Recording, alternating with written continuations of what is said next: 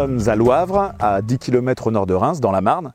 Au niveau de l'exploitation, je suis associé avec mon frère Martin sur une surface aujourd'hui de 200 hectares. On a repris la ferme en 2003. On est évidemment producteur de luzerne à hauteur de 10 à 15% de nos surfaces. Au niveau des rotations en Champagne, donc on arrive à avoir des rotations qui sont plutôt de l'ordre de 4, 5, 6 ans, voire 7 ans, plutôt que des rotations de 3 ans comme dans d'autres régions de grande culture. Ça, c'est possible parce qu'on a des industries de transformation. Je pense à la betterave évidemment, je pense également à la luzerne, qui nous permettent de transformer ces produits. Donc luzerne, en ce qui nous concerne en Champagne, sous forme déshydratée, puisqu'il n'y a pas d'élevage dans la région. Et c'est cette transformation industrielle de nos coopératives qui nous permet d'assurer des rotations plus longues et évidemment une diversification qui est très importante et de plus en plus importante aujourd'hui. Pourquoi on fait de la luzerne? Pourquoi en fait la luzerne déshydratée on la trouve quasiment qu'en Champagne? De mémoire, on doit être à 80 à 85% des surfaces de luzerne déshydratée sont en Champagne. En fait, on est sur des sols de craie qui très longtemps n'ont pas été cultivés. Il y avait surtout des moutons en fait et rien ne poussait dans ces sols-là. Et au moment où il y a eu la grande vague de mécanisation de l'agriculture dans les années 50, en fait, il fallait qu'on trouve une culture qui permette de mettre en valeur ces sols et notamment qui puisse apporter de l'azote. Donc la luzerne étant une légumineuse, elle capte l'azote de l'air, elle la restitue au sol. En plus, elle reste 2-3 ans dans le sol, donc il y a un vrai impact à ce niveau-là. Au-delà de l'agronomie, la luzerne a un très gros avantage, c'est qu'on l'implante pour 3 ans en général, voire 4 ans.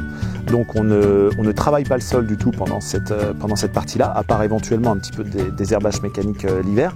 Ça permet pour les oiseaux de pouvoir également se protéger, se mettre à l'abri d'un certain nombre de prédateurs. Pas que les oiseaux d'ailleurs, il y a pas mal de gibier qui se baladent dans nos champs de luzerne, sans compter que voilà, ça sert aussi de garde-manger à un certain nombre de cervidés et autres, évidemment.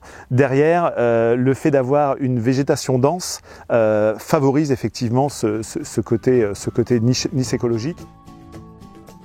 On a fait le choix de passer la ferme en agriculture biologique.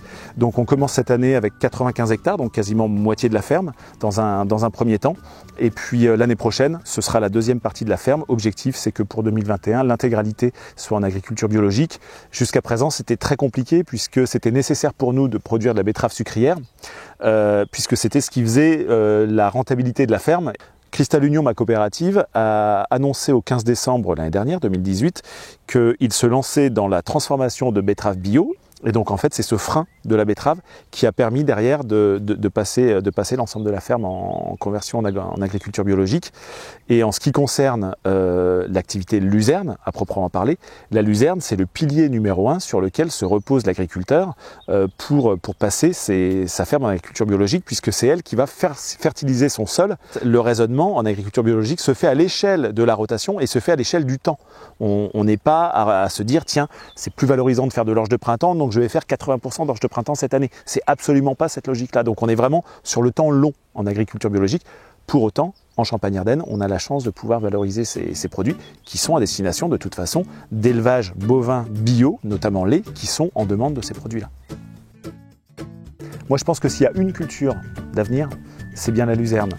Aujourd'hui, c'est une culture qui répond aux contraintes de marché. C'est la première chose. S'il n'y a pas de marché, on n'a pas de luzerne. Et donc on a un marché qui est en développement parce que justement, il y a un intérêt particulier de la luzerne auprès de nos amis éleveurs. C'est la première chose. L'élevage notamment bovin, c'est la première destination de la luzerne. Ça répond à la question environnementale, aux attentes de la société, puisqu'effectivement c'est une culture à très faible intrant qui se comporte très très bien également en culture bio. Derrière, c'est une culture, je pense, demain dans l'avenir agricole, on aura besoin d'avoir, il faudra qu'il y ait de la place pour tout le monde et on aura une multitude d'activités, on aura une multitude de manières de produire. Voilà. Et la luzerne, elle, s'inscrit très précisément dans chacune de ces manières. Elle coche la case, je suis présente et j'apporte mes bienfaits et j'apporte ma facilité d'implantation et j'apporte surtout tous les bonus qu'ont moins certaines des autres cultures. Et je pense même que la luzerne permettra de maintenir d'autres cultures.